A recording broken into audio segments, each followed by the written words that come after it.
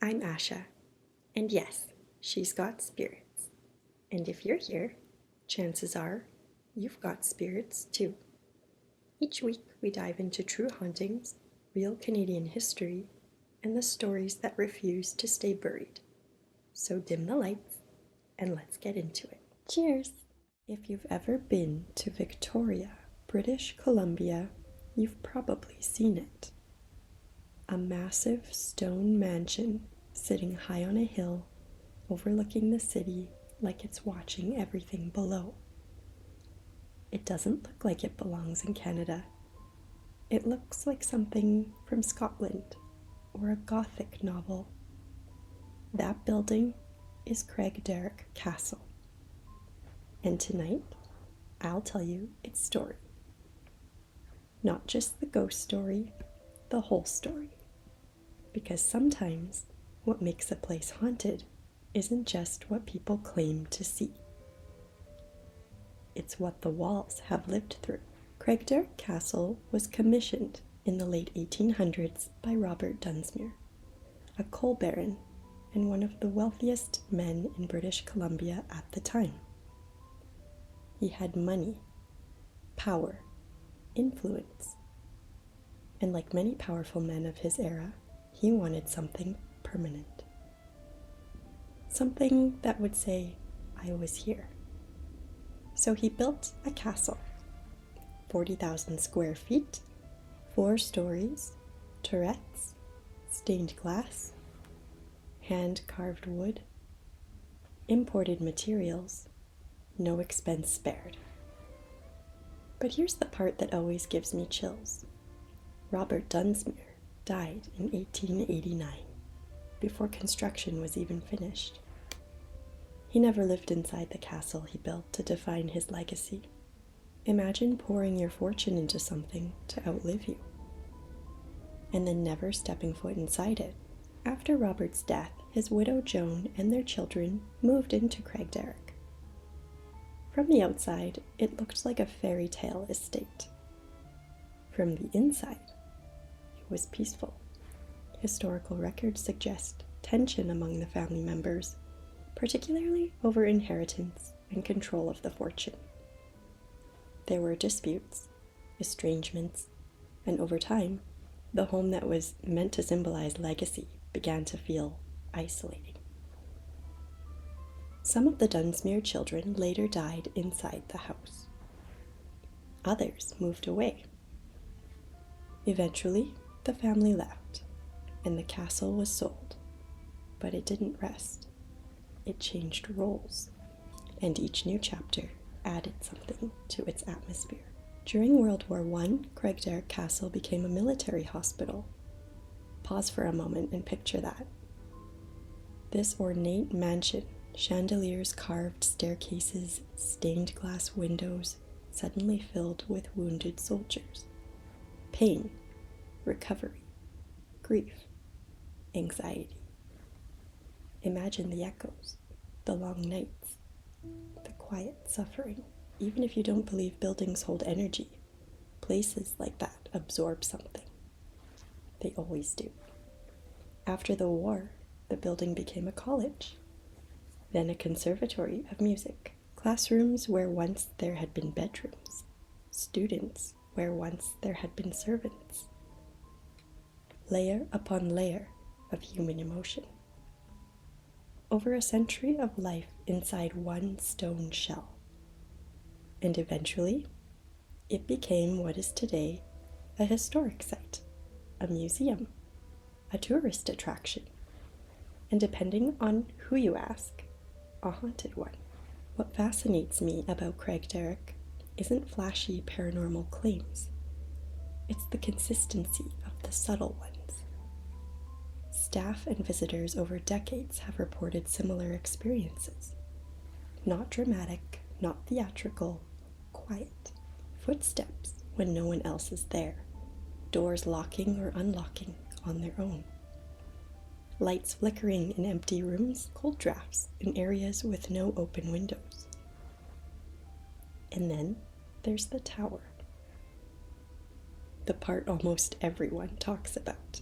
If you've seen photos, you know the staircase I'm talking about. Narrow, stone, and closed.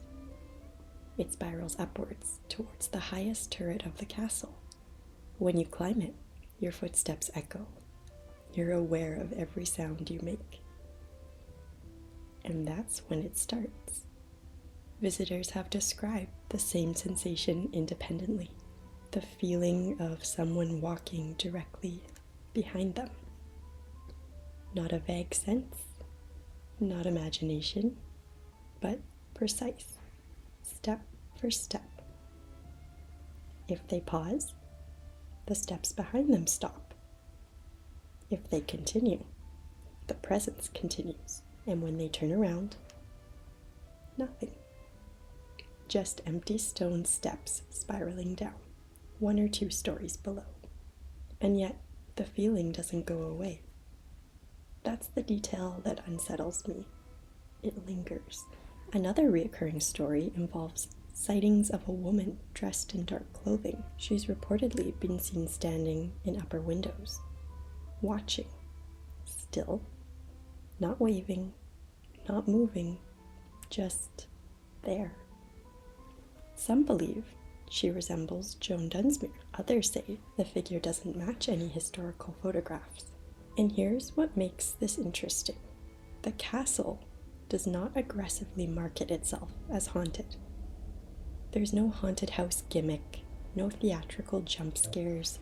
It's primarily presented as a historic home, which makes the quiet stories feel more organic, less staged, more personal. One of the eeriest reports involved the sound of children laughing, soft, distant, echoing through hallways, often reported in areas that once served as classrooms when the building was used as a college. Staff have checked entire floors after hearing movement and found no one. No open doors, no broken windows, just silence. It's one thing to see something. It's another to hear something that shouldn't be there. Sound is intimate. It feels closer. This is the part where I slow down, because here's the thing. Old buildings creak, wood expands, stone settles, and drafts happen. Psychology plays tricks in dim light. Expectation influences perception. But when dozens of people across decades describe the same sensations, you start to wonder, is it suggestion? I don't claim to know. But I know this. Craigdarroch doesn't feel like an empty building. If you ever visit, the grand staircase is breathtaking. Dark carved wood rising upward, light filtering through stained glass. It's beautiful. But imagine it quiet. No tourists, no chatter. Just the tick of distant heating pipes and your own breathing. Would it feel peaceful, or would it feel like something is watching from the upper landing? That's the thing about old mansions. They weren't built for openness. They were built for hierarchy, privacy, observation. There are corners you can't see, shadows that don't fully resolve.